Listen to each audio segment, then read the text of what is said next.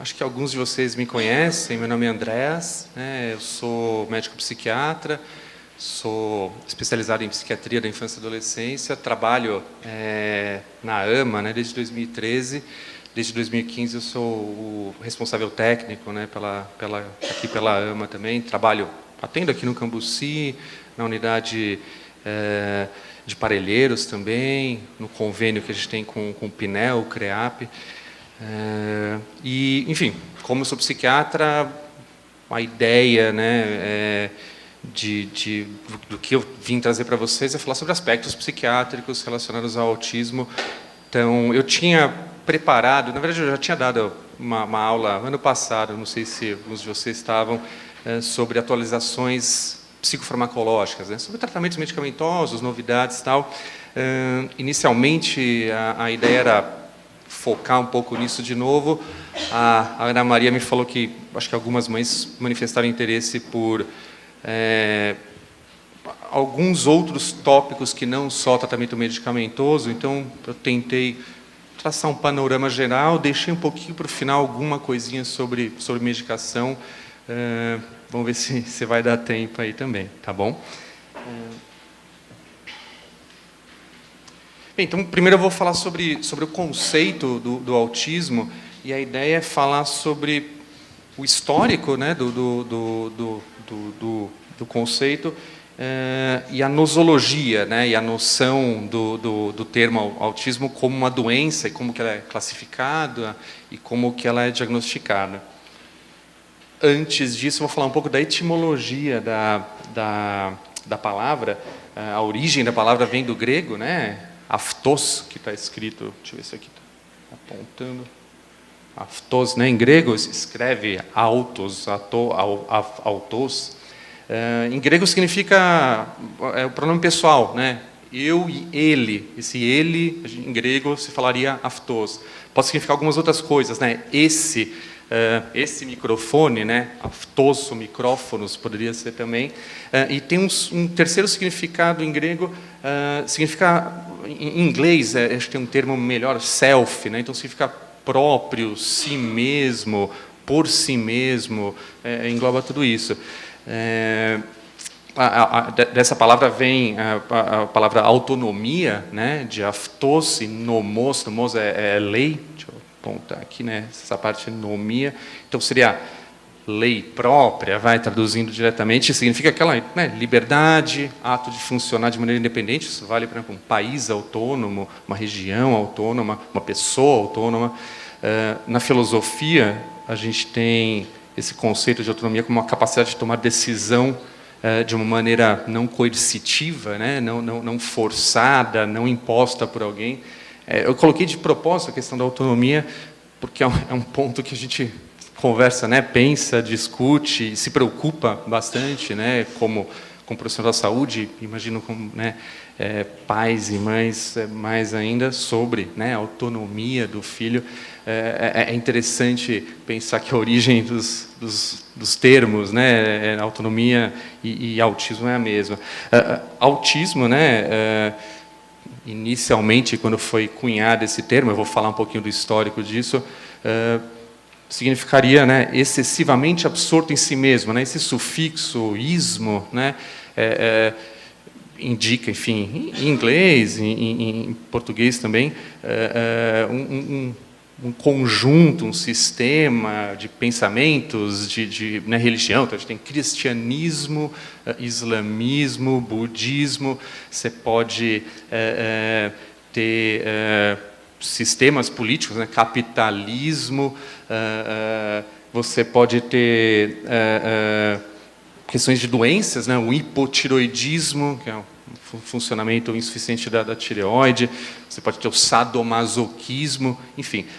O autismo, nesse caso, né, é um sufixo indicando uma questão nosológica, né, de doença, de transtorno, que talvez seria um excesso de absorção em si próprio, né, então excessivamente absorto em si próprio, retraído, introvertido, separado, à parte, isolado, alheamento às pessoas ao redor. Enfim, acho que a ideia é um pouquinho essa. Não estou falando aqui de diagnóstico, tá?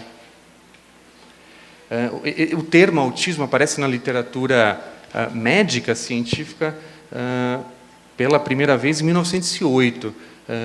Foi esse psiquiatra suíço, Bleuler, né, que é muito famoso na história da psiquiatria, não necessariamente pelo ter cunhado o termo autismo, mas na verdade foi um cientista que cunhou vários termos que são usados tanto em psiquiatria quanto em psicologia, né? A esquizofrenia é um termo que ele criou, a psicologia profunda, e deu origem depois à psicanálise, a ideia do inconsciente, complexos afetivos, né? Daqui, ambivalência, enfim, vários outros, e autismo, que é o nosso ponto aqui, nosso tema de interesse. Ele foi quem descreveu a doença, a esquizofrenia, pela primeira vez, e ele, na descrição do que é esquizofrenia, ele não estava falando sobre autismo, ele descrevia, né, os sintomas fundamentais, os famosos 4 As de Bleuler, né, isso para todo psiquiatra tem essa aula em psicopatologia, associação frouxa de ideias, alterações do afeto, ambivalência evolutiva e autismo. Ele não está falando do autismo que a gente está pensando aqui, mas ele está colocando que nos pacientes com esquizofrenia, muitos graves, nessa época que ele observava, alguns tinham uma tendência a ficarem focados no próprio mundo, com as próprias fantasias e se negando a compartilhar com os outros. E nessas fantasias ele estava querendo dizer, né, alucinações, ilusões, delírios, enfim, pensamentos alterados. Aqui, enfim, eu estou fazendo um pouco um histórico em ordem cronológica. O Theodor Heller é um psicólogo e pedagogo austríaco que foi alguém no mesmo ano, né, 1908, publicou um relato de 6 casos que ele chamou de demência infantil, né, demência infantilis, que lembra um pouco o autismo. Na verdade, seria mais um autismo regressivo, né? Pacientes, né, com desenvolvimento normal até os 3, 4 anos, aí começa a ter diminuição dos interesses, perda da linguagem, perda dos controles esfincterianos, perda de habilidades motoras. Ele fala até de uma manutenção de uma fisionomia inteligente, imperturbável, né? O rosto de príncipe, o Prinzengesicht. Isso aqui, na verdade, atualmente está caindo em desuso, mas é o chamado transtorno desintegrativo da infância, é um dos subtipos do autismo, mas ele não usa o termo autismo nessa época. Quem faz isso pela primeira vez é o famoso Leo Kanner, é um psiquiatra austríaco. Eu falei de um austríaco agora há pouco, ele é austríaco, vários outros aqui são austríacos, isso é uma coisa que chama atenção, né? Os cientistas, psiquiatras, psicólogos que primeiro identificaram e começaram a se debruçar, né, analisaram, descreveram o autismo, eram todos da Áustria. Foi interessante, não sei exatamente porquê, mas um ponto interessante é que ele era austríaco, mas ele migrou para os Estados Unidos. Ele era judeu por ser... Na verdade, ele não fugiu por ser judeu, mas ele deu sorte de ter fugido, né, de ter se mudado para os Estados Unidos antes da eclosão aí da Segunda Guerra. Na verdade, por uma questão econômica que a Alemanha vivia, né, a Áustria vivia. Ele foi um cara renomado, né, como psiquiatra. Ele fundou o primeiro serviço de psiquiatria infantil dentro de um hospital pediátrico, a Universidade Johns Hopkins, né, em Baltimore, que é super famosa. Escreveu livros sobre psiquiatria infantil, por conta de ele ser uma pessoa famosa, ter escrito um livro, né, um livro-texto sobre psiquiatria infantil. Ele era procurado por vários pais, enfim, de crianças com problemas, e uma dessas crianças foi o Donald, né, tido como paciente número 1, não que foi o primeiro autista que existiu, mas talvez o primeiro autista descrito na literatura. Eles, né, viajaram do sul dos Estados Unidos, Mississippi, não me lembro a cidade, até Baltimore, são quase 1000 milhas, enfim, para ir passar com o Dr. Kanner, que avaliou o Donald e mais outros 10, né, pacientes, e relatou nesse artigo, né, de 1943, descreveu os distúrbios autísticos do contato afetivo, né? Eram 11 casos, 8 meninos, né? Um era o Donald, e 3 meninas. Aí já até aparecia um pouco também, né? Não por acaso, talvez uma prevalência maior no sexo masculino do que no feminino, é algo que a gente vê até hoje. E ele descreve, ele fala de um tipo diferente de psicose infantil, né? Psicose, o termo psicose está muito relacionado, psiquiatricamente falando, à esquizofrenia, e ele começa a querer descrever aquilo como uma coisa separada, uma coisa diferente da esquizofrenia, né? Ele não está falando daqueles pacientes que o Bloiler falou no começo, com problemas de delírios, alucinações, que ficavam autísticos, fechados no mundo dele. Não, ele está falando de um outro tipo, aí, né, do que a gente entende como autismo hoje. Crianças, né, ele descreve isso, né, numa tradução, inaptidão para estabelecer relações normais com as pessoas, reagir a situações desde o início da vida, estereotipias motoras, um desejo obsessivo pela manutenção da mesmice, né? Resistir a uma mudança, insistência na monotonia, falamos rituais, enfim, aspectos não usuais das habilidades de comunicação, atraso da fala, ecolalias, inversão de pronomes, enfim, descreveu, né? Descreveu o quadro clínico do autismo, isolamento, né? Uma tendência ao isolamento extremo. Um pouco depois desse artigo de 1943, ele começou a usar o termo autismo infantil precoce né, sugerindo esse termo e essa sintomatologia como uma categoria diagnóstica diferente, como uma doença que não existia, né? Então, enfim, acho que é uma pessoa bastante importante, enfim, na história do autismo. Esse aqui também tem a sua importância. E é interessante que os dois, né, austríacos, esse aqui é o Hans Asperger, né,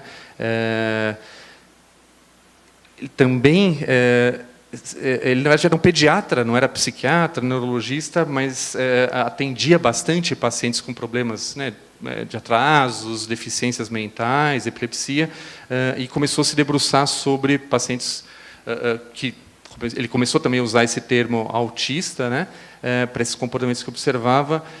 Um ano depois do que o Kanner, né, tinha escrito no slide anterior, 1943, em 1944 ele escreveu um artigo chamado Psicopatia Autista.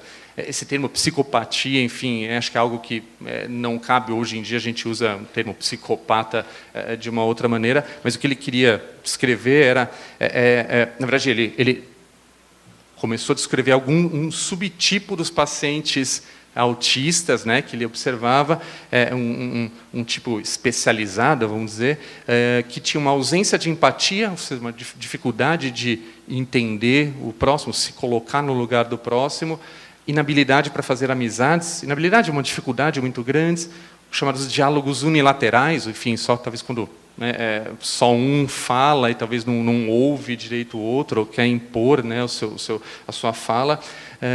Descrever um foco intenso em assuntos de interesse específico e uma habilidade, né, de falar sobre eles com detalhes. Ele até descreve esse termo, né, os pequenos professores, né, que ficam discorrendo até de uma maneira meio pedante, enfim, e às vezes com muita propriedade, sabendo muito, com muitos detalhes para esse perfil de pacientes, e descrever os momentos descoordenados, uma dificuldade, né, são pacientes meio desajeitados, enfim, motoramente.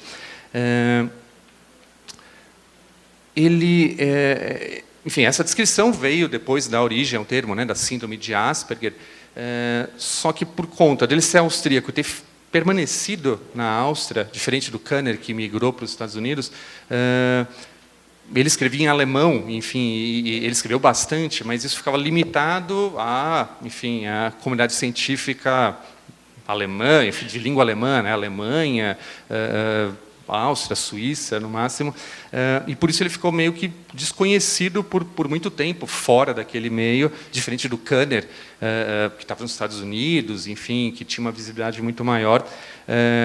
O termo, né, síndrome de Asperger, foi proposto pela Lorna Wing, né, uma pesquisadora britânica, né, inglesa, que tinha um filho, uma filha, desculpa, portadora de autismo, em 1981, né? Enfim, quase 40 anos depois que ele começou a descrever aquilo.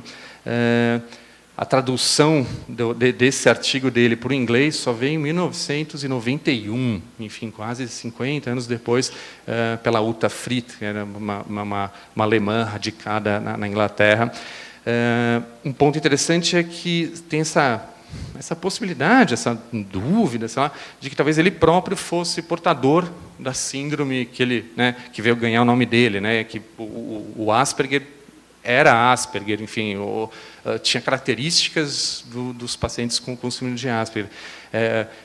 Ele era descrito como uma pessoa isolada, com dificuldade de fazer amigos, tinha uma cabeça brilhante, enfim, era um médico brilhante. Na juventude, na infância, na juventude dele, ele decorava poemas, enfim, e declamava, mas de uma maneira meio inadequada, enfim, enquanto os outros meninos estavam conversando, brincando, ele queria ficar declamando e não entendia muito a adequação disso.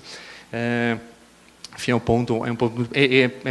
Existem uns relatos também de que ele falava dele na terceira pessoa, né? Então, como, né, em vez de eu falar que eu estou dando essa aula, né, o doutor Andrés está falando que, enfim, é algo que a gente vê com alguma frequência nesse tipo de pacientes, né? Ele não fala eu, fala, enfim, o nome dele, como se ele fosse um terceiro, né? Enfim, talvez cabe colocar aqui, ele permaneceu na Áustria a vida inteira, morreu na Áustria, em 1980, e tem uma grande polêmica também, porque ele era um simpatizante do nazismo, né? Então, apesar de ser muito importante na história, enfim, do autismo, da síndrome de Asperger em particular, existem evidências de que ele tenha indicado alguns pacientes, não Asperger, mas alguns pacientes autistas mais comprometidos, com retardo mental, enfim, para, enfim, hospitais onde essas crianças muito comprometidas eram enviadas para, enfim, experimentos científicos, na época do auge do nazismo, com a Áustria já anexada, né, já dominada pela Alemanha. Enfim, então, essa questão atual, depois eu vou falar um pouquinho disso, de se manter o uso do termo síndrome de Asperger ou não, tem essa questão também, enfim, política, moral, ética, é algo que cabe a gente pensar. Aqui, enfim, outro austríaco, para variar, né, o xará meu, Andreas Hetsch, neuropediatra. Em 54, quase uns 10 anos, na verdade 10 anos depois dos outros dois, do Asperger e do Kanner, ele percebeu um tipo diferente de quadro que lembrava um pouco também os outros, né, que a gente já falou, Asperger e autismo em geral.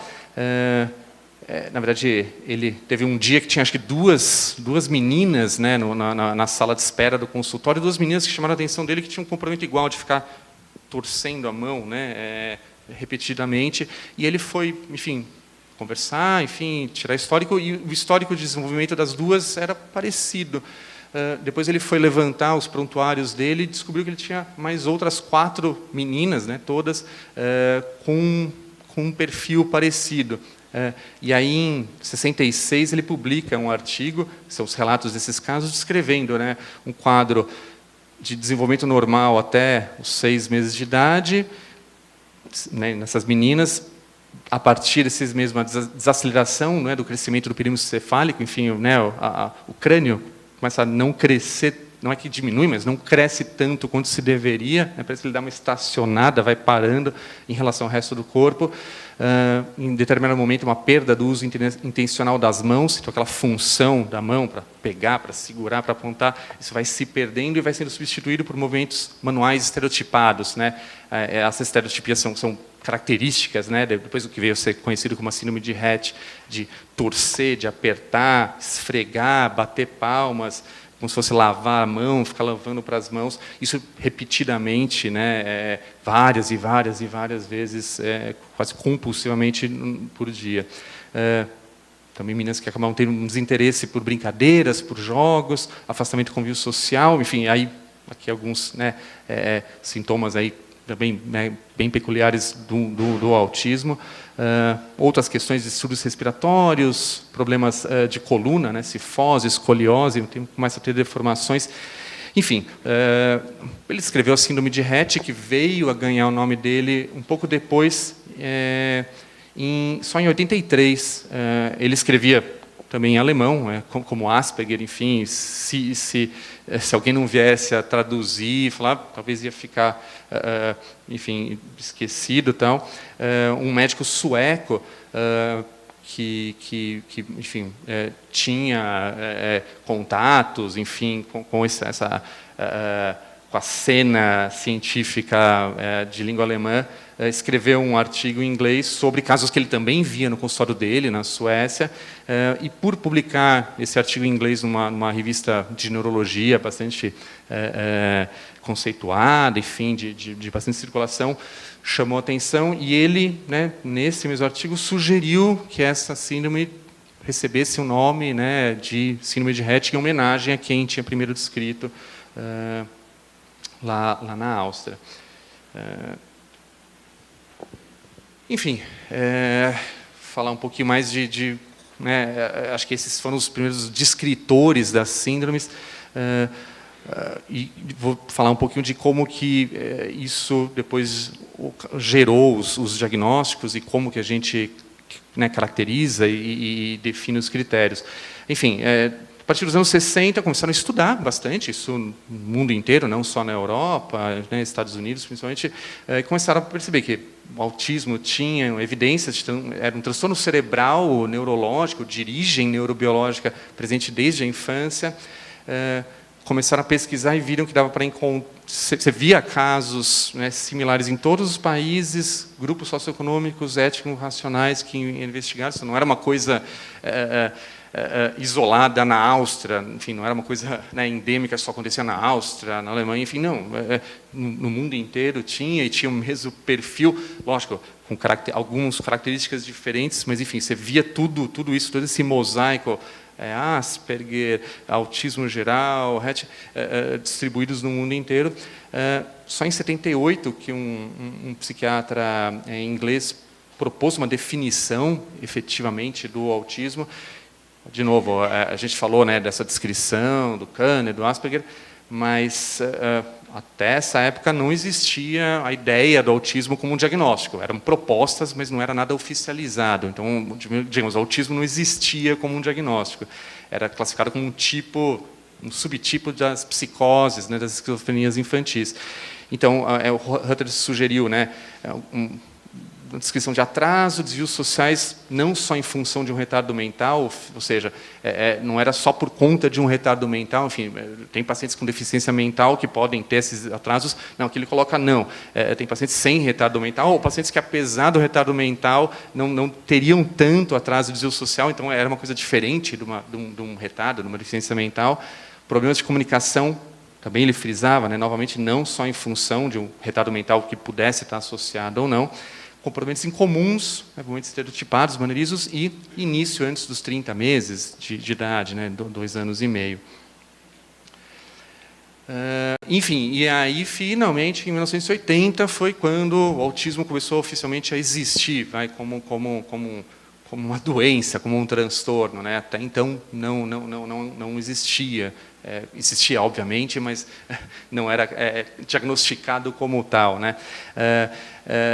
Foi criada essa classe, né, esse grupo dos transtornos invasivos do desenvolvimento, TIDs, né? Era uma descrição bem genérica, baseada um pouco naqueles critérios do Hutter que eu mostrei no slide anterior, mas foi a primeira vez, como eu falei, que o autismo foi reconhecido como uma condição separada da esquizofrenia, então acho que isso é bastante importante. E o termo, né, transtorno invasivo do desenvolvimento, foi escolhido para refletir, enfim, que múltiplas áreas do funcionamento eram afetadas, e não era uma coisa específica. Então, ele acabava invadindo, né, era um transtorno que invadia várias vários aspectos da área de funcionamento, principalmente mental, né? Então, linguagem, comunicação, interesses, comportamentos. Uma evolução, enfim, aí tem vários percalços aqui, estou dando saltos no tempo. Chegamos, né, a CID-10 e ao DSM-4. A CID-10 é usada até hoje, aqui no Brasil, e na Europa também. CID-10, a gente fala muito, né? O CID, qual que é o CID que eu tenho? Foi F84, que é o código, né, do autismo, dos transtornos globais, vem dessa classificação. CID-10 significa Classificação Estatística Internacional de Doenças e Problemas Relacionados à Saúde. É da OMS, a Organização Mundial da Saúde, que faz uma descrição não só de doenças mentais, mas de qualquer problema, enfim, de qualquer problema de saúde, desde problemas infecciosos, problemas pulmonares, problemas endocrinológicos, neurológicos, enfim, tudo. E uma parte, um capítulo deles é dos transtornos mentais e uma subparte deles, o F84, depois eu vou entrar nos subtipos, são os globais. O DSM-4, DSM, eu até falei do DSM-3, que, né, colocou o autismo como entidade separada da esquizofrenia. Eu não expliquei o que é o DSM. Né? O DSM significa Manual Diagnóstico e Estatístico de Transtornos Mentais, é da EPA, da Associação Psiquiátrica Americana. Então, diferente da CID, o DSM é um manual só, né, focado em transtornos mentais. Então, a CID é uma coisa muito mais ampla, e uma parte dela é focada nos transtornos mentais. O DSM, na verdade, não, é só para doenças mentais. Nos Estados Unidos, eles só usam o DSM e, enfim, para pesquisa atualmente, enfim, atualmente já há uns bons anos, para você publicar um artigo internacionalmente, ou descrever, ou comparar, ou fazer alguma pesquisa, você tem que usar os critérios de diagnóstico do DSM, enfim, do CID, na verdade, não tem uma abrangência internacional, quer dizer, até tem, mas não em pesquisa por conta do predomínio americano, inegável nisso, né? Isso às vezes traz algumas confusões, algumas dificuldades, algumas necessidades de adequação, e um ponto prático aqui já coloco para vocês. Enfim, antes de passar, foi só nessa época, 92, 94, né, que a síndrome de Asperger foi incluída como um diagnóstico, né? Então, autismo como um diagnóstico diferenciado foi em 1980 e só em 92/94 que a síndrome de Asperger foi reconhecida como algo, enfim, desde aquelas inscrições, vocês viram quanto tempo levou. Bem, o termo atual que se usa, transtornos do espectro autista, esse termo está no DSM-5, que é a versão a última versão do DSM, que saiu em 2013, e esse termo também é usado, vou colocar que é proposto na CID-11. Né? A CID-11, vamos dizer que ela existe, mas é meio café com leite. Na verdade, a gente usa ainda a CID-10, equivale à CID-10. A CID-11 já foi lançada ano passado. Ela está em fase, na verdade, de apresentação, enfim, é uma coisa mundial, e a ideia é ter um aperfeiçoamento, e a ideia a previsão é de que a partir de 2022 ela possa ser usada, né, ela ser válida. Enfim, e daí a gente, aqui no Brasil, como a gente segue a OMS, que a gente tem que se adaptar a isso. Estou colocando o termo atual, transtorno do espectro autista, um termo que atualmente se usa, mas não é que é um termo novo, né? Esse termo espectro autista já era sugerido por a Lorna Winger, aquela que eu até comentei com você, que foi quem sugeriu, né, quem lançou luz sobre os escritos do Asperger e sugeriu a ideia da síndrome de Asperger. Foi uma cientista fantástica para o autismo, fundou o Centro para Autismo, enfim. Ela já descrevia a ideia do espectro autista, já percebia isso em final dos anos 70, começo dos anos 80, foi aprimorando. Coloquei o Asperger em parênteses aqui, porque em 79 ela ainda não tinha falado sobre Asperger, foi em 81, mas enfim, depois ela veio a colocar, mas a ideia é que ela colocou que tinha um contínuo, nesse grupo de pacientes, não era uma coisa estanque, autista é isso, o Asperger é isso, enfim, ela via graus variados, dimensional, não só categorial, desde uns quadros graves que não vingavam, uma inviabilidade fetal, passando por aqueles quadros aí mais graves, aquele autismo clássico, grave, com retardo mental grave, averbal, enfim, autismo típico, depois aquele autismo de alto funcionamento, ela já sugeria isso, aqueles autistas com poucos comprometimentos, mas não deixavam de compartilhar essas características gerais. Depois, enfim, pouco depois disso, na década de 80, colocou o Asperger como um tipo do autismo de alto funcionamento, que aí não tinha atraso no desenvolvimento da fala, mas uma fala diferente ou inadequada, mas com inteligência normal, ou muitas vezes acima do normal, QI elevado, e aqui sim, outras especificações. Então, enfim, essa ideia do espectro não é uma ideia nova, mas como tudo no autismo, parece que a coisa, enfim, demora, mas felizmente, na minha opinião, enfim, de muita gente, enfim, séria, boa, reconhecida na área, faz total sentido isso, Aqui eu vou falar um pouquinho das alterações dos critérios diagnósticos do DSM-4 para o DSM-5, que veio em 2013. Acho que isso é uma coisa que vale a gente falar um pouquinho. Depois eu vou falar um pouquinho da diferença da CID-10 para a CID-11. Enfim, eu tinha falado dos transtornos invasivos do desenvolvimento, mudou para transtorno do espectro autista, TEA, uma tríade de sintomas para uma díade de sintomas. Tem um slide mais para frente que eu vou falar um pouquinho. Eliminação do termo síndrome de Asperger, então o síndrome de Asperger caiu no DSM-5, coitado, entre aspas, é difícil falar coitado para alguém como Asperger, com um passado nazista dele, mas, enfim, demorou tantas décadas para, enfim, ser reconhecido, ter o nome da síndrome e depois, enfim, cair. Mas acho que faz sentido, enfim, porque a síndrome de Asperger está dentro do espectro autista, então não tem por que você cunhar um nome específico para aquilo. Na verdade, é um transtorno do espectro autista de alto funcionamento ou leve, enfim. A síndrome de Rett e o transtorno desintegrativo também acabam sendo eliminados dos TEA. A síndrome de Rett não foi eliminada do DSM-5, foi eliminada do grupo dos TEA. Por quê? Porque a síndrome de Rett, enfim, é considerada uma doença neurológica diferenciada que, na maioria das vezes, cursa com sintomas autísticos, mas não necessariamente. Existem casos de Rett, apesar de ser uma doença rara, existem alguns casos de Rett mais raros ainda que não têm características autísticas, e as características autísticas no Rett também são variáveis, elas se manifestam numa parte, no quadro clássico do Rett, é meio oscilante, tem momentos que se pronuncia mais, momentos que menos.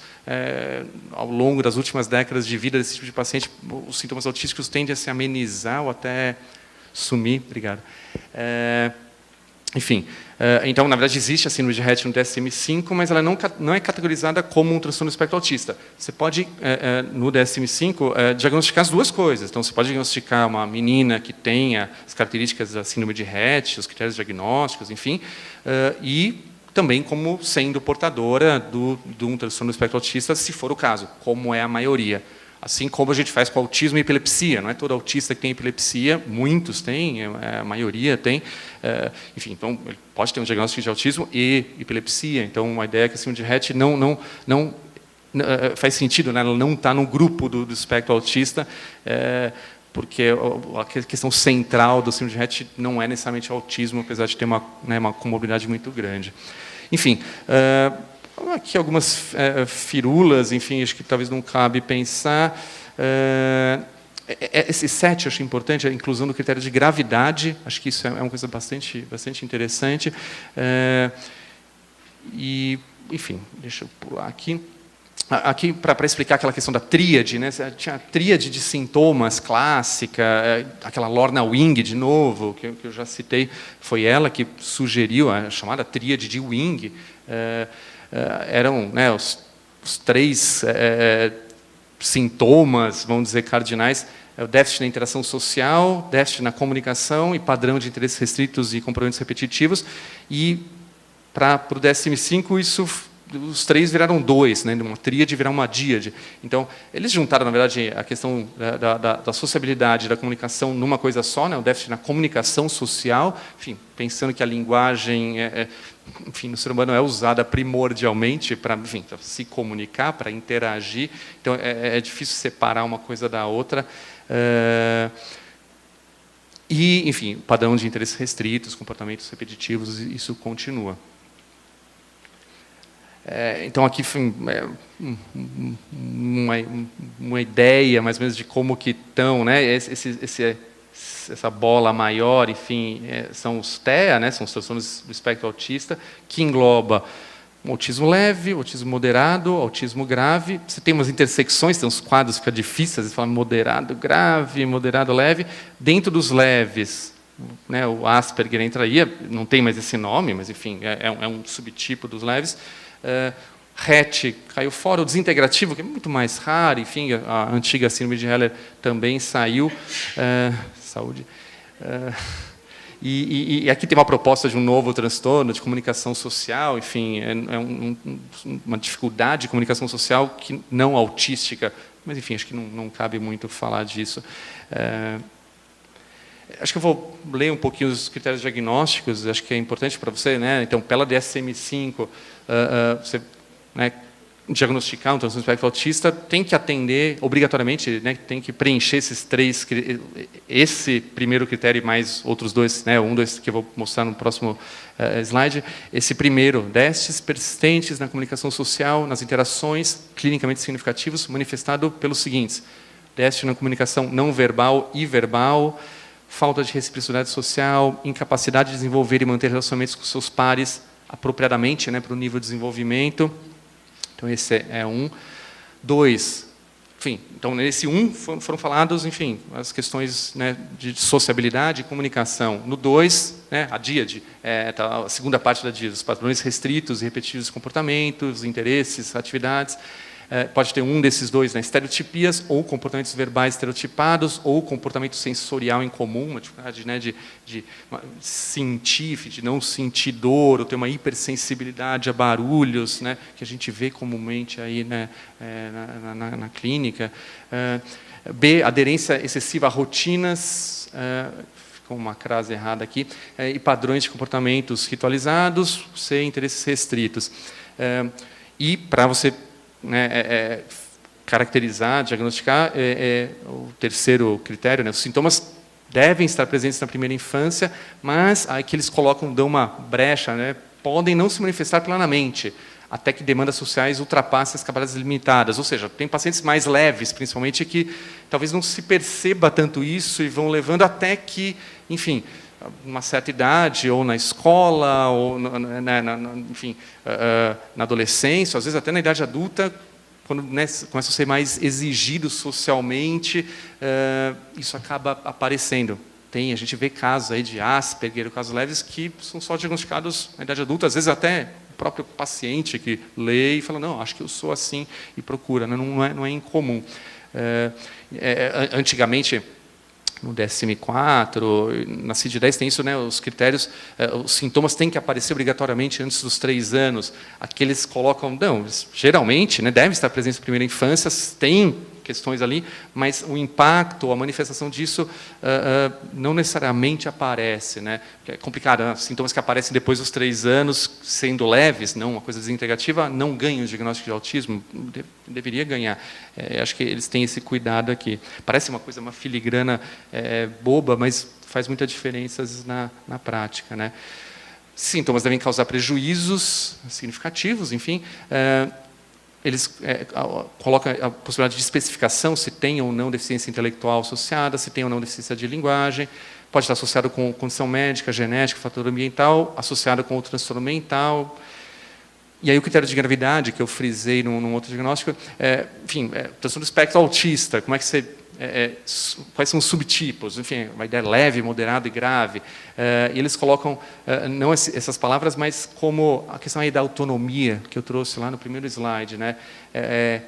Paciente que requer suporte, outros que requerem um suporte substancial e aqueles que requerem suporte bastante substancial. Enfim, então, quanto mais aquele paciente portador dessas características, quanto mais ele necessita de um suporte, de um apoio para a autonomia, esse bastante superficial, enfim, para tomar banho, para se lavar, para comer, para andar, acho que isso é bem interessante, é uma diferença em relação a, enfim, todas as classificações anteriores que é bem cabível, né? O grau de autonomia, né, acho que está aqui subentendido, né? Falando CID-10 versus CID-11, a CID-10, eu coloquei aqui, que é a que a gente usa atualmente, né? A gente ainda usa aqui no Brasil, na Europa também, os transtornos globais de desenvolvimento, o F84.0, que é o autismo infantil, vamos chamar de autismo clássico, autismo atípico, o F84.1, é aquele autismo que não preenche todos os critérios. Aqui no CID-10 ainda tem aquela tríade de sintomas, então às vezes tem pacientes que só preenchem 2 dos 3 sintomas cardinais. É uma entidade, enfim, um pouco questionável. Geralmente a gente coloca nesse diagnóstico aqueles autismos geralmente associados a uma deficiência mental bastante intensa, que você não consegue, às vezes, avaliar direito, você não consegue saber o que vem antes, o retardo mental, o atraso motor, ou a questão da linguagem de interação. Enfim, é um perfil aí peculiar, que nessa nova classificação DSM-5, como a gente já viu, é muito mais fácil. Enfim, não, tem, do espectro autista, sim, tem ou não deficiência mental, pronto, facilita, né? F84.2 é a síndrome de Rett, que eu falei lá atrás. Vai ter um slide que tem alguns detalhes, não sei se cabe trazer também. O F84.3, transtornos desintegrativos, é a síndrome de Heller, um dos primeiros autores que eu mostrei na frente. Esse caiu também. Esse F34.4, o próprio CID-10, na descrição dele, coloca como um transtorno com uma validade incerta, de uma existência duvidosa, enfim, hipercinesia, retardo mental, momentos estereotipados, enfim, lembra um pouco os outros, enfim, é algo que não faz muito sentido, é difícil a gente diagnosticar. É muito mais fácil cortar isso. F34.5, a famosa síndrome de Asperger, enfim, outros transtornos ou não especificado. A CID-11, que eu coloquei, né, foi lançada no passado, está em fase ainda de testes, de debates, de aprimoramento. Se pretende, né, que entre em vigor em 2022. Fala aí, como no DSM-5 dos transtornos do espectro autista, o código é diferente, não sei se vai ser esse, né? Enfim, mas talvez seja, a gente vai ter que esquecer o F84, se fosse esse caso, e decorar o 6A02 ponto alguma coisa. Enfim, acho que é uma coisa, provavelmente eles facilitem. Aqui, baseado no DSM-5, eles colocam, né, o transtorno do espectro autista, e aí a questão das subclassificações é se tem ou não uma deficiência intelectual associada e se tem uma linguagem funcional, sim ou não. Então, você tem o espectro autista sem deficiência intelectual, com comprometimento leve da linguagem funcional. Você tem, vou pular aqui, o transtorno sem deficiência intelectual, com uma linguagem funcional prejudicada, e o transtorno espectro autista sem deficiência intelectual, com ausência, ou sem linguagem funcional nenhuma. E o mesmo vale, aqui para os pares, os transtornos que têm deficiência intelectual e um comprometimento leve da linguagem, que têm deficiência intelectual com linguagem prejudicada, e a deficiência intelectual e ausência de linguagem funcional. Enfim, eu estou colocando aqui, mas a gente não usa isso porque não é algo válido, tá? Não é algo válido atualmente. Os critérios diagnósticos propostos na CID-11, enfim, tem bastante a ver com o DSM-5, né? Déficits persistentes na capacidade de iniciar e sustentar a interação social recíproca, série de padrões de comportamentos e tal. Aqui eles também colocam um pouco aquilo, né, que eu tinha lido para vocês no DSM-5. O início do transtorno ocorre no período de desenvolvimento, tipicamente na primeira infância, mas os sintomas podem não se manifestar totalmente até mais tarde, quando as demandas sociais, enfim, excedem as capacidades. Déficits que são suficientemente severos para causar prejuízo em áreas pessoais, familiares, sociais, educacionais, ocupacionais, enfim. E eles citam, né, que os indivíduos ao longo do espectro exibem uma gama complexa, ou complexa, cabe também, de habilidades intelectuais e de linguagem. Enfim, falam, né, dessa gama do leque do espectro. Acho legal essa frase. Enfim, aqui um pouco da síndrome de Rett, não sei se cabe, é bem rara, né? Uma a cada 10 mil a 20 mil meninas. Existem até casos raros de meninos, não é comum, se achava que por ser... em 99 foi descoberta a causa, né, da síndrome de Rett, uma mutação num gene MECP2, está ligado ao cromossomo X dominante, é uma doença dominante. Não sei se vocês lembram das aulas de genética, talvez, né, na escola. Meninas, né, mulheres são, os cromossomos são XX e meninos, homens, são XY. Por que só meninas, ou praticamente só meninas eram afetadas? Porque esse X, um dos dois X que as meninas nasceram nesse caso, tinha mutação, ele acabava se sobrepondo ao outro X e acabava causando a doença.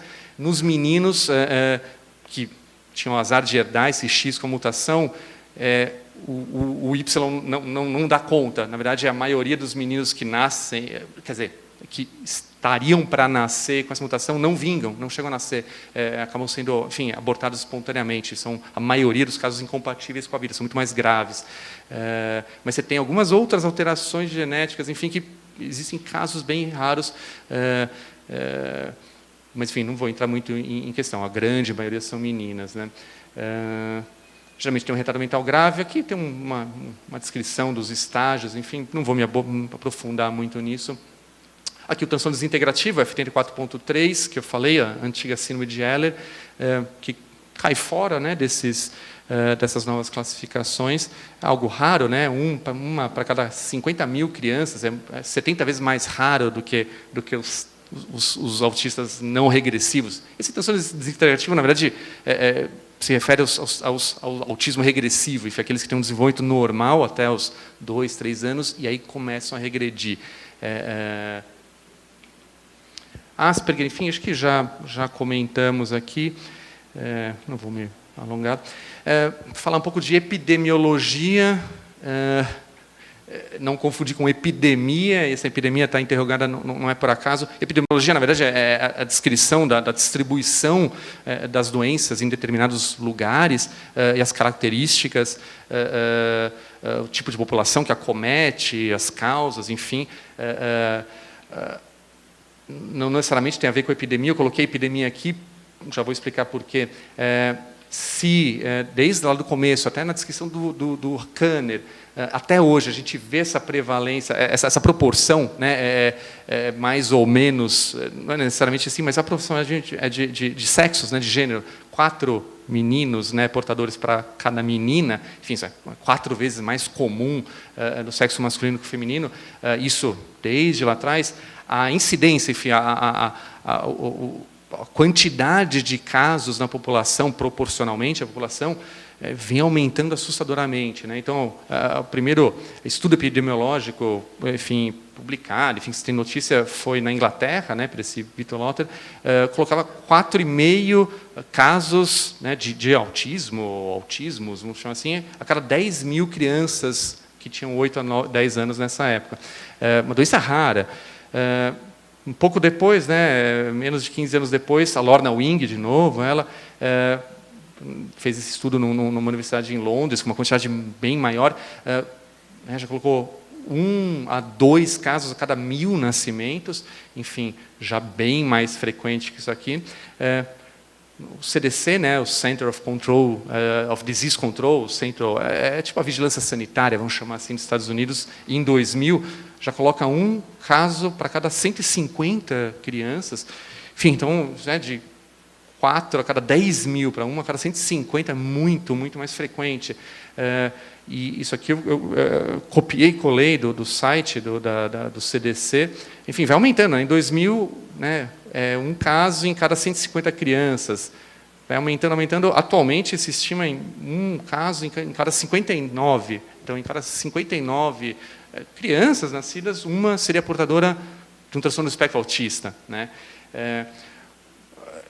E aí tem existe uma epidemia do autismo, e aí, enfim, a gente levanta algumas possibilidades, algumas possíveis razões. Eu acho que não. Eu acho que não é uma epidemia de autismo, é a minha opinião. Enfim. Até porque, epidemia se refere a uma questão, né, de uma doença infecciosa, mas a questão é, antes você diagnosticava autismo de maneira muito mais restrita. Então, a gente tem definições mais amplas do autismo. Essa ideia do espectro autista acaba pegando pacientes, ou acaba incluindo pessoas dentro desse quadro que antes talvez passavam batido. Maior conscientização entre os clínicos, pediatras, vamos falar principalmente, e na comunidade, né? Na comunidade geral, na população, sobre as diferentes manifestações do autismo. Então, enfim, isso aparece muito mais na mídia, se fala muito mais, então as pessoas ouvem muito mais falar, tem mais noção do que é o autismo, enfim, do que antes. Então, quanto mais, enfim, né, a gente sabe de alguma coisa, mais a gente, opa, será que isso aqui, meu filho talvez tenha, enfim, nossa, aquele filho do vizinho, nossa, eu vi isso aqui, acho que parece, né, autismo, enfim, antigamente tinha muito pouco, né, então você acaba pegando mais casos, né. Você tem uma melhor detecção dos casos sem retardo mental, ou seja, você tem mais conscientização sobre casos leves, sobre síndrome de Asperger, então não só aquele autista clássico que não fala nada, que fica se balançando o dia inteiro, e fica, aquele enfim, é óbvio, enfim, que é autista, e geralmente, né, tem um retardo mental grave, mas aqueles quadros mais leves, enfim, hoje em dia eles passam menos desapercebidos do que antes, cada vez menos, né? Existe também um incentivo, né, para que você se determine um diagnóstico para se poder ter acesso aos serviços, principalmente públicos, né, de saúde e de educação. Então, né, alterações na lei sobre educação especial, isso começou nos Estados Unidos, aqui no Brasil também é uma coisa relativamente recente. Então, enfim, para poder incluir uma educação especial, para poder incluir na AMA, para poder ter um atendimento especializado, tem que ter um diagnóstico. Enfim, então, você tem uma procura para isso, né? Compreensão, né, também de que a identificação precoce e uma intervenção precoce podem aumentar a chance de ter um desfecho positivo, ou seja, quanto mais você demora para diagnosticar um quadro, que você está na dúvida, talvez você esteja perdendo tempo de intervir precocemente e poder estimular e talvez diminuir a gravidade daquele quadro. Enfim, então, isso é uma coisa bem importante, aí, talvez principalmente entre psiquiatras, psicólogos, mas acho que na população geral também. Investigação com base populacional, enfim, isso no Brasil não cabe muito, mas, enfim, países como Suécia, Austrália, Europa, Estados Unidos, amostras clínicas, enfim, eles têm dados, enfim, das populações que vão nascendo a cada ano e vão compilando aquilo e começa a ter uma busca ativa. Enfim, nossa, algumas crianças talvez não estão em desenvolvimento tão bem, vamos focar mais, vamos chamar esses pais, enfim, talvez diferente daqui, que cabe, às vezes, a família procurar ir atrás, às vezes tem uma via inversa em países de primeiro mundo. Então, talvez esse sexto não caiba muito no Brasil, mas acho que os outros 5, sim, né? Enfim, por isso que tem mais autistas atualmente, que a gente conhece mais, a gente vê mais, a gente suspeita mais, a gente diagnostica mais. Não sei se talvez eles já existiam nessa proporção anteriormente, mas, enfim, não era percebido, né? etiologia, a causa do autismo, ela não é identificada em 90% dos casos, ou seja, a grandíssima maioria. Nos 10% restantes, você tem metade deles, quando você identifica alguma causa, metade são causas, síndromes moleculares, genéticas. Então, o que mais comumente pode levar ao autismo das síndromes genéticas, a síndrome do X frágil, por isso que a gente faz teste do X frágil, pesquisa genética do X frágil para uma boa parte aí dos pacientes no screening. Síndrome de Down pode levar ao autismo também. Esclerose tuberosa e centenas de outras, E os 50% restantes são fatores ambientais, então vários aqui, idade paterna, pais com mais de 35 anos, não quer dizer que, assim como a gente pensa, para uma mulher que engravida depois dos 40 anos, aumenta a taxa de Down e outros problemas, a idade paterna tem a ver com maior risco para autismo. Não é algo tão estabelecido, tantos anos, tal chance maior, mas se vê isso. Enfim, intoxicação exógena na gravidez, exposição a pesticidas, radiação, produtos químicos, não produtos químicos falando de limpeza, mas alguém que trabalha numa indústria química, uma mulher, durante a gravidez, isso pode levar. Uso de medicamentos teratogênicos na gravidez, então, talidomida, um remédio que causa malformações, misoprostol, o famoso Citotec, abortivo, então, quando ele não causa o aborto, intencionado, pode levar vários problemas, entre eles autismo. Ácido valproico é um anticonvulsivante, é um remédio para tratar epilepsia, bipolaridade, autismo também. Mas o uso na gravidez é proibido, pode levar uma taxa bem aumentada de autismo, entre outros problemas. Infecções virais na gestação, toxoplasmose, sífilis, citomegalovírus, etc. e tal.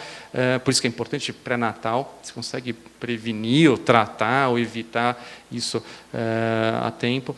Problemas perinatais, nascer depois do tempo, PIG, pequeno para a idade gestacional, nascer, bebê muito pequenininho, recém-nascido muito pequenininho, com baixo peso ao nascer, APGAR baixo, aquela nota, que o bebê nasce, que dá, se ele se movimenta, se ele chora, complicações do parto, obviamente, Então, você vê que são coisas muito diferentes que podem levar a esse tipo de quadro, E essa é a grande dificuldade, Por que coisas tão diferentes, um problema no parto e uma síndrome genética raríssima levam a quadros com essas características, E aqui, a ponta do iceberg, essas características clínicas, tudo que eu falei quase no começo é a ponta do iceberg, Por que eles têm essa dificuldade? Tem várias teorias, teoria da mente, etc. e tal. A gente podia fazer aulas sobre cada uma delas, mas, alterações motoras, sensoriais, as questões das bases, o que leva aquilo, genética, a questão ambiental, problemas de neurotransmissores, metabólicos, imunológicos, um monte de coisas, então todas interligadas. É super complexo, por isso que é tão difícil, desafiador, mas por isso que é tão fascinante também. O diagnóstico, eu não vou falar dos critérios, já coloquei para vocês, mas o diagnóstico é clínico, para você diagnosticar autismo, você não precisa, você não tem que fazer um exame, não tem um exame que faça e fala, é autista. Então, o diagnóstico é clínico, é possível e é válido a partir dos 2 anos, antes se falava só depois dos 3, hoje em dia, você diagnosticando os 2 anos, até um pouco antes, mas 2 anos já, tem uma avaliação com um especialista bem feita, esse diagnóstico tem validade, dá para você diagnosticar. Óbvio que os sintomas geralmente aparecem muito antes, até antes do primeiro ano de vida, tem muito trabalho sobre identificação dos sinais de precoces, para uma identificação precoce. Eu não vou entrar muito nisso, que também é um tema bem amplo, mas o diagnóstico é feito através de uma entrevista, uma conversa, uma anamnese, é uma entrevista com, geralmente, informantes, pais, escola, muitas vezes, quando eu, como psiquiatra, venho encaminhado de um pediatra, de um neurologista, de um psicólogo, então conversar com isso, ou ver relatórios, e a observação da criança, o adolescente, a gente se baseia nos critérios manuais vigentes, aí tem uma confusãozinha, né, porque, enfim, a gente, aqui no Brasil, como a gente colocou, usa o CID-10, o CID-11 ainda, né, só daqui a uns 3 anos, mas o termo transtorno do espectro autista, enfim, é já bastante difundido, então a gente usa uma coisa híbrida, né, a gente faz um atestado, um laudo, um transtorno do espectro autista, mas o CID que eu uso é um CID, né, do CID-10, que não tem esse termo, enfim. Mas a lógica, enfim, é que isso já é bem aceito e que tem uma intersecção, né, entre as duas coisas. E a gente faz isso até porque a CID-11, antes dela ser já lançada, já se imaginava que ela adotaria essa lógica. A gente tem instrumentos diagnósticos auxiliares, enfim, testes, enfim, falar um pouquinho. Avaliação física, na verdade, mais para você afastar algum outro problema, enfim, um paciente que tem, né, uma alteração facial, uma malformação, alterações dermatológicas, você pode, né, suspeitar de alguma síndrome genética que esteja associada também, isso é importante. E exames complementares, a mesma ideia, né? Os exames você pede não para fechar o diagnóstico do autismo, na verdade, para afastar outras causas possíveis, né? E aqui, né, avaliação auditiva, né, audiometria, BERA, potencial evocado, enfim, aquela criança que não responde, não se comunica, não interage, será que ela é surda? Isso é uma suspeita que às vezes é difícil você avaliar em crianças pequenas, principalmente, então é super importante você fazer isso.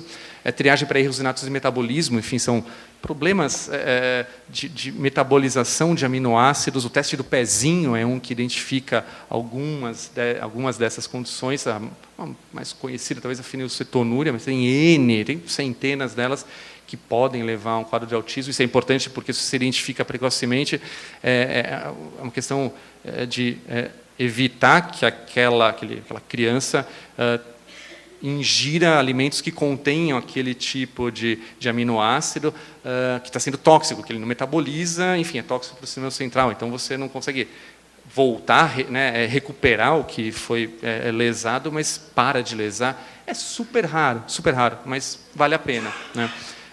Estudos cromossômicos, enfim, pesquisa X frágil, não é para todo autista que se faz, mas, enfim, você tem características específicas da síndrome X frágil, mas por ela ser a síndrome que mais comumente leva ao autismo, dentre as síndromes, né, cromossômicas, de mutação cromossômica genética, se faz em uma boa parte dos casos. Neuroimagem, né, tomografia de crânio, ressonância de crânio, geralmente não vai mudar muito a intervenção, não vai mudar o diagnóstico, mas para o interesse científico, para você analisar o cérebro, o desenvolvimento, como é que esse cérebro, né, depois de uns anos, fica, questão de comunicação entre um hemisfério cerebral e o outro, corpo caloso e tal, mas, enfim, na prática não muda muito, a não ser que tenham alterações motoras, enfim, né, tenha um problema motor de um lado do corpo, você suspeite que tem um problema neurológico, tem um tumor, enfim, cerebral, aí sim, e aí você não vai diagnosticar um autismo, vai diagnosticar um tumor cerebral, você tem que caminhar para o neurocirurgião para operar, enfim. Mas, normalmente, a gente pede para casos que tenham alguma alteração neurológica ou para pacientes que tenham epilepsia. É muito comum o EEG, né, o eletroencefalograma, a gente pede para pacientes, obviamente, que têm epilepsia, para você avaliar o tipo de alteração de ondas cerebrais. E a gente, às vezes, pede também, pensando, às vezes, para se vai entrar com alguma medicação, tem algumas medicações que podem aumentar, diminuir o limiar convulsivo, né, aumentar a chance de uma convulsão, então, às vezes, o eletroencefalograma pode ser também algo para você fazer uma avaliação pré-tratamento medicamentoso. Vídeo EG para uns tipos de epilepsia específicos, laboratoriais, enfim, exame de sangue e urina, geralmente mais para preparar, para você fazer um check-up, vamos chamar assim, se você for pensar em algum tipo de tratamento específico. Instrumentos de avaliação que eu coloquei para vocês, eu vou passar meio rápido também, que é um termo extenso, mas não tem um teste absoluto que diagnostique. Função desses instrumentos, as escalas, né, os testes, triagem, né, screening, enfim, para casos que tem uma suspeita, o MChat, né, esse aqui embaixo é para crianças abaixo dos 4 anos, que são são uma série de perguntas, e dependendo se você responde sim ou não, são bem simples, para o pai responder, enfim, pai, né, o pai, mãe, enfim, cuidador responsável, se pontua um pouco mais, ou se algumas perguntas-chave são respondidas sim e deveriam ser não, enfim, levanta a leve, não é um diagnóstico, mas abre uma suspeita, fala, essa criança merece ser investigada maior, mesmo que não seja um quadro tão grave. Então, enfim, é bem interessante. Auxílio diagnóstico, enfim, casos que tem muita dúvida, enfim, pode dar uma ajudada. Elaboração do projeto terapêutico, aqui na AMA, né, o PEP, né, o perfil psicoeducacional revisado para você programar as estratégias psicoeducacionais, é super importante. Utilização de pesquisas científicas, então, para se eu quiser publicar um artigo sobre pacientes que eu estou atendendo com um tipo de tratamento, além de eu ter que usar os critérios usados nos Estados Unidos, DSM, né, DSM-5, convém aplicar essas escalas, ADI, ADIO, ADOS, ADOS, enfim, que mostram um pouquinho, talvez, o perfil onde estão mais os sintomas, a gravidade.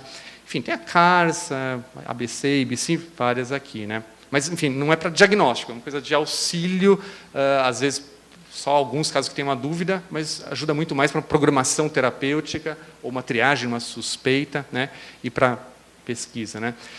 Tratamento, eu estou um pouco preocupado com o horário, são 8h10, eu vou tentar correr, estamos chegando no finalzinho aqui, quer dizer, mais ou menos, mas eu vou pular para dar tempo de fazer uma sessão de perguntas, né. Mas, enfim, tratamento... né, como psiquiatra, tratamento medicamentoso. O tratamento medicamentoso, enfim, é a última opção, a última coisa a se pensar. Não adianta dar medicação para tratar um paciente autista sem que ele esteja, né, passando por intervenções comportamentais, ABA, PECs, treinos de habilidades sociais. Talvez essa medicação pode ajudar um paciente muito grave, muito agitado, muito agressivo a ter condições de participar dessas intervenções, mas não faz sentido só entrar com medicamento e não fazer isso, não estar fazendo ou não visar, né, não se programar que seja feito, né. Intervenções psicoeducativas, né, o TEACH, tudo isso aqui, enfim, a AMA que faz, aplica, fono, né, a questão da fala, obviamente, terapias ocupacionais, recreativas, treinamento para VDs, dietas e suplementações aqui, enfim, é algo talvez polêmico e não dá para definir, enfim, é muito comum, né, o uso de dietas específicas, né, dieta sem glúten, dieta sem caseína, suplementações vitamínicas, tal.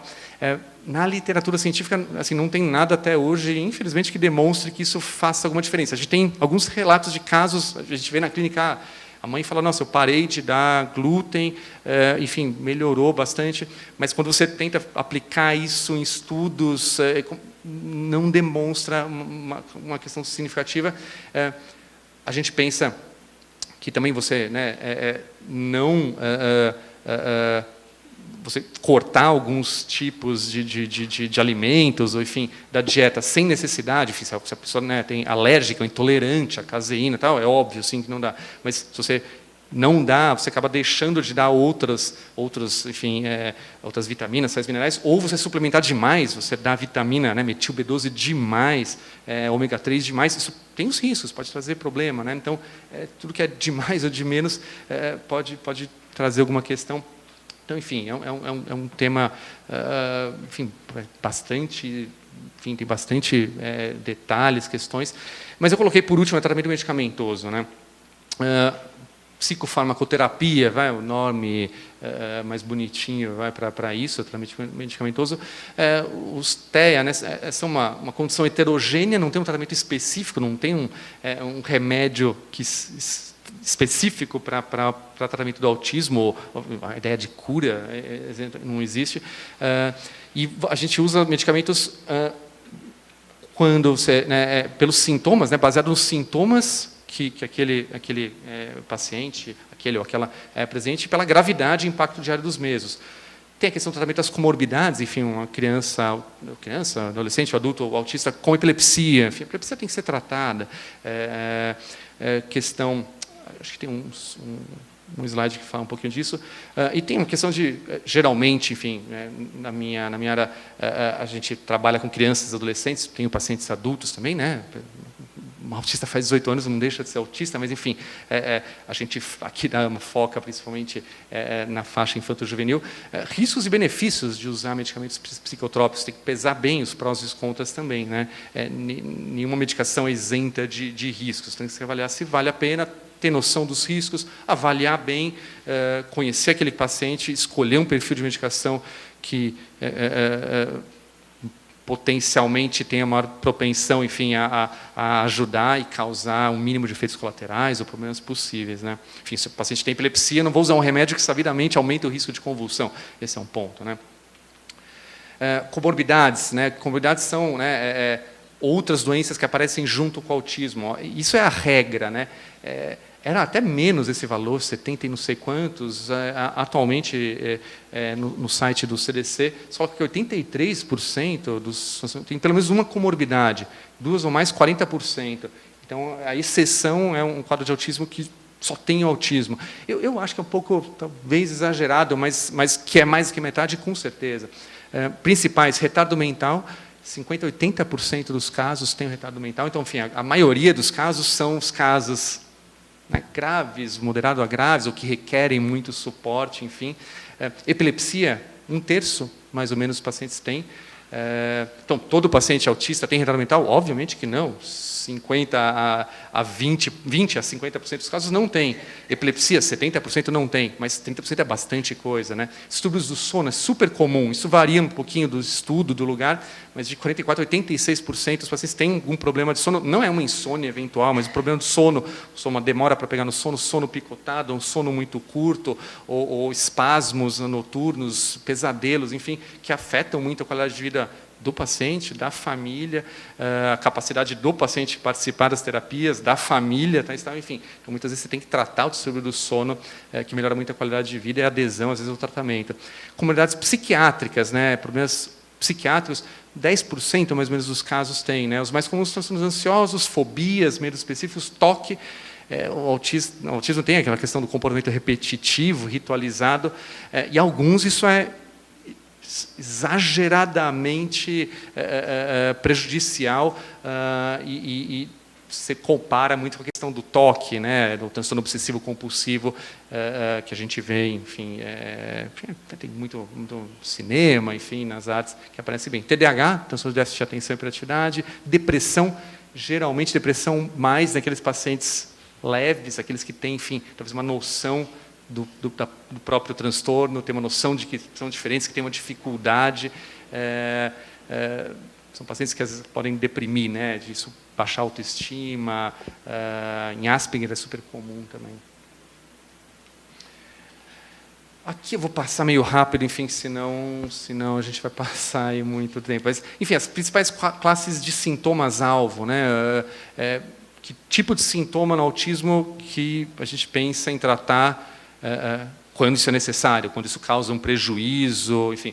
Desatenção, hiperatividade, impulsividade, irritabilidade, alterações do humor, distúrbios do sono, como eu falei para vocês, comportamentos repetitivos, obsessivo-compulsivos, agressividade, né, heteroagressividade, então agressividade contra os outros, ou autoagressividade. Todo paciente, né, paciente autista, todo paciente é agressivo? Não, mas tem alguns pacientes que são, é mais comum às vezes a autoagressividade, tem alguns pacientes que têm autoagressividade enormes, né, causar lesões graves, e heteroagressividade, seja às vezes aquela birra, enfim, né, enfim, você vai tentar manejar, enfim, pode ter um soco, uma mordida, um arranhão, até aqueles pacientes geralmente muito graves, com uma violência extrema. Felizmente são os casos mais raros, mas eu já tive a oportunidade de ter que escapar, enfim, de ser vítima de alguns desses, enfim, mas é a minoria da minoria. Mas nesse tipo de paciente, você tem que tratar, tem que medicar, até por uma questão de segurança, né, minimizar os riscos para o próprio paciente, né, o paciente que mesmo aquele que não se machuca, que é heteroagressivo, ele acaba se machucando, né, quebrando, batendo, arrebentando, ele acaba se lesionando, ou as pessoas tentando conter, controlar, podem machucar, e um risco aos demais, né, família, escola, enfim. E eu coloquei aqui, por último, meio interrogado, tal, sintomas-alvo, que a gente falou de tudo, menos dos sintomas cardinais, né, os sintomas centrais, né, alterações da comunicação e da interação social. Existe medicamento que pode melhorar isso? Porque, enfim, se algo pudesse, né, ajudar a melhorar a comunicação, melhorar a interação social, será que se poderia pensar em diminuir a gravidade do autismo? Uma cura? Sei lá. Não existe nada assim. Existem várias possibilidades, medicamentos que parecem melhorar um pouco, mas não funcionam, né, o mesmo medicamento para o mesmo perfil, digamos, de paciente, alguns melhoram um pouco, outros não. Enfim, mas é algo que está sendo muito estudado. Acho que acho que eu vou, não sei se pular um pouquinho, se depois alguém tiver interesse, mas, enfim, para cada tipo de sintoma-alvo, a gente tem vários tipos de medicação possíveis. Aqui talvez cabe colocar para irritabilidade. Os únicos medicamentos aprovados para uso em autismo, não são específicos para autismo, mas são aprovados oficialmente pelo FDA, são a risperidona e o aripiprazol. São 2 antipsicóticos, para tratar irritabilidade em autismo. A gente não usa só para irritabilidade, usa para irritabilidade, agressividade, agitação, problemas de sono, mas tem várias outras medicações que a gente pode usar para isso também. Não é todo paciente que, com esses sintomas que melhora com esses medicamentos ou que toleram, enfim, tem várias outras opções. Insônia, enfim, é um tema importante, mas acho que não vou me adentrar muito. Para toque, se trata como se fosse toque, né? Agressividade, a gente já falou um pouquinho. Aqui tem alguns medicamentos, enfim, não tão usuais. Naltrexona, né, o chamado Heavy, é um remédio usado para alcoolismo, né, para diminuir fissura e taxa de recaída em alcoólatras. É bem incomum um problema com álcool e drogas, né? É super raro em autistas. E eu não estou falando desse tipo de caso. É um medicamento que pode ajudar em comportamento autolesivo grave. Pacientes autoagressivos, não são todos, mas eu já tive pacientes que melhoraram muito com naltrexona, também para hiperatividade. Pacientes que não melhoraram com Ritalina, por exemplo, não podem tomar. Alguns pacientes ficam mais irritados com a Ritalina, que é o principal medicamento para hiperatividade. Uma possibilidade é a naltrexona. Mas é um remédio que dá efeitos colaterais, é um remédio que você tem que ver como é que está o fígado antes, fazer alguns exames, que ele pode ser hepatotóxico. N-acetilcisteína, isso aqui, enfim, chama a atenção, é o Fluimucil, é um remédio antigo que você compra na farmácia sem receita, é um expectorante, né, é um mucolítico para tosse, ele pode ser usado também para tratar intoxicação pelo paracetamol. É uma substância muito interessante. Ele tem uma ação, é mucolítico, né? Tem uma ação antioxidante.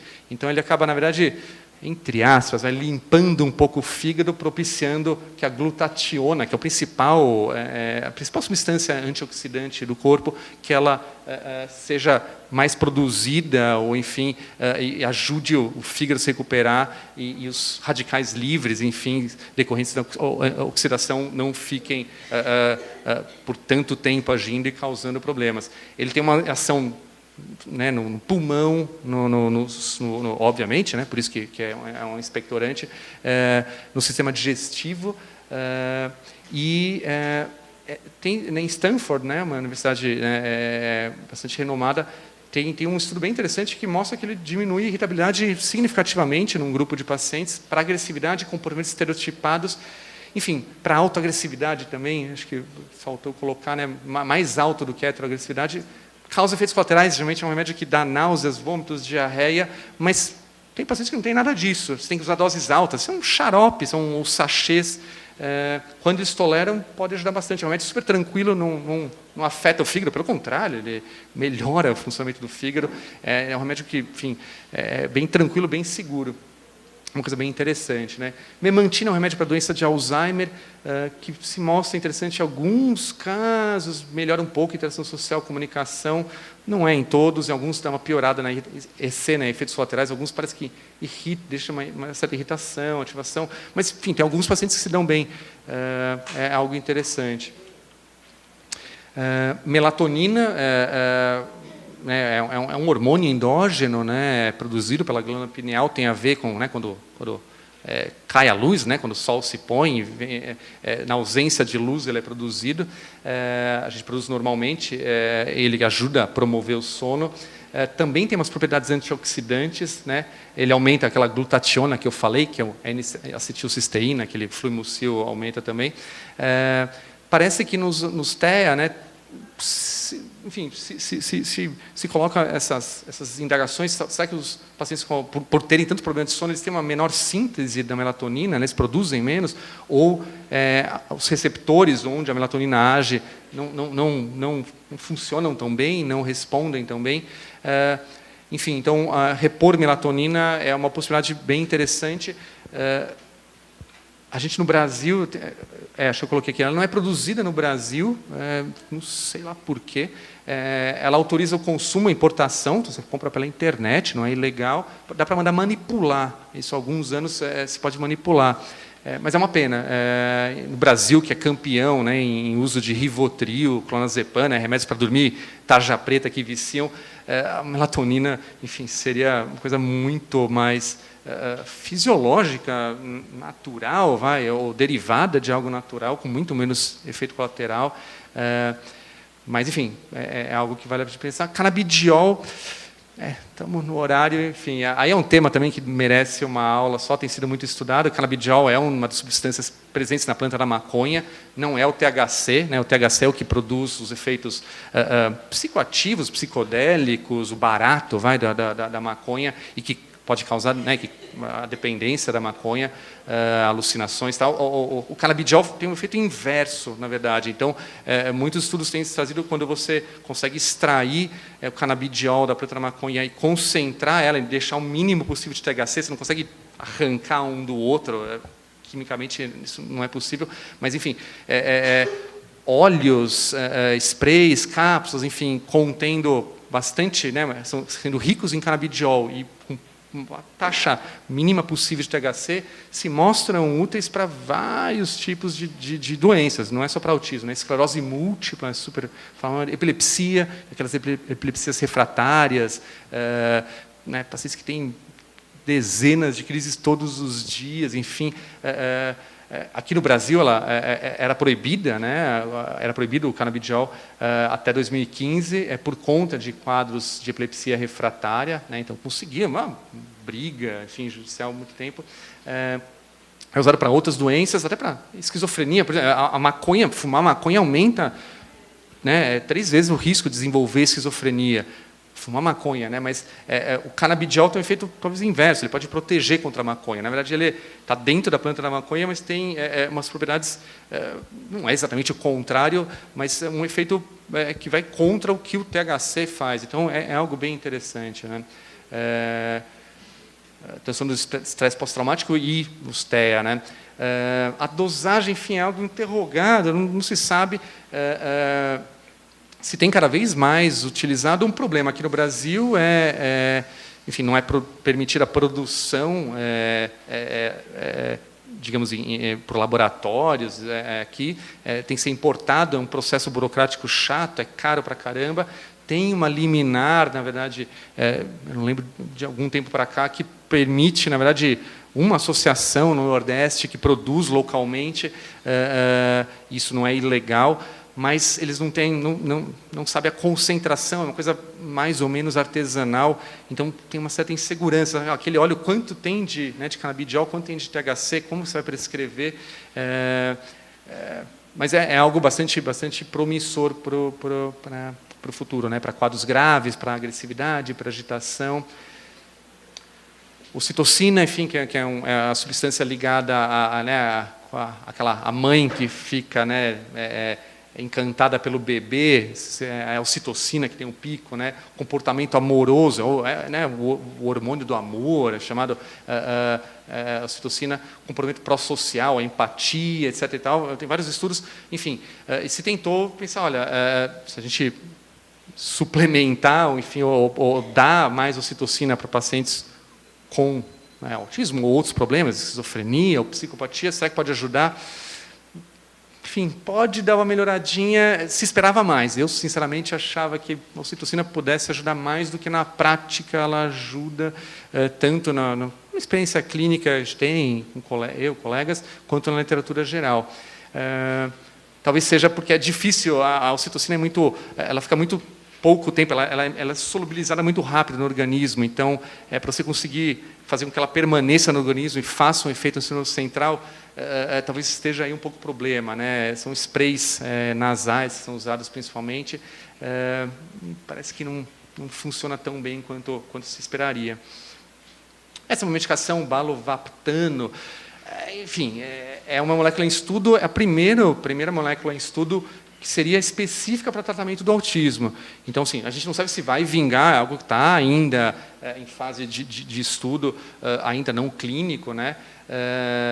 Mas se propõe, ele é uma antagonista da vasopressina, então tem uma ação meio parecida com a ocitocina, que também é classificada como antagonista da vasopressina, e é um medicamento que está sendo desenvolvido para, possivelmente, em modelos animais, parece que já demonstrou isso, poder melhorar a interação social e comunicação. Mas não se sabe se isso vai vingar, quais são os riscos disso em seres humanos, se tem ou não efeitos colaterais. Bem, sempre termino falando, se você viu uma criança com autismo, de fato você só viu uma criança com autismo, né? Nenhuma criança é igual a outra e nenhum autista, muito menos um autista é igual a outro autista. Bem, acho que é isso. Agradeço a atenção, peço desculpas aí por ter passado um pouquinho do horário. Obrigado.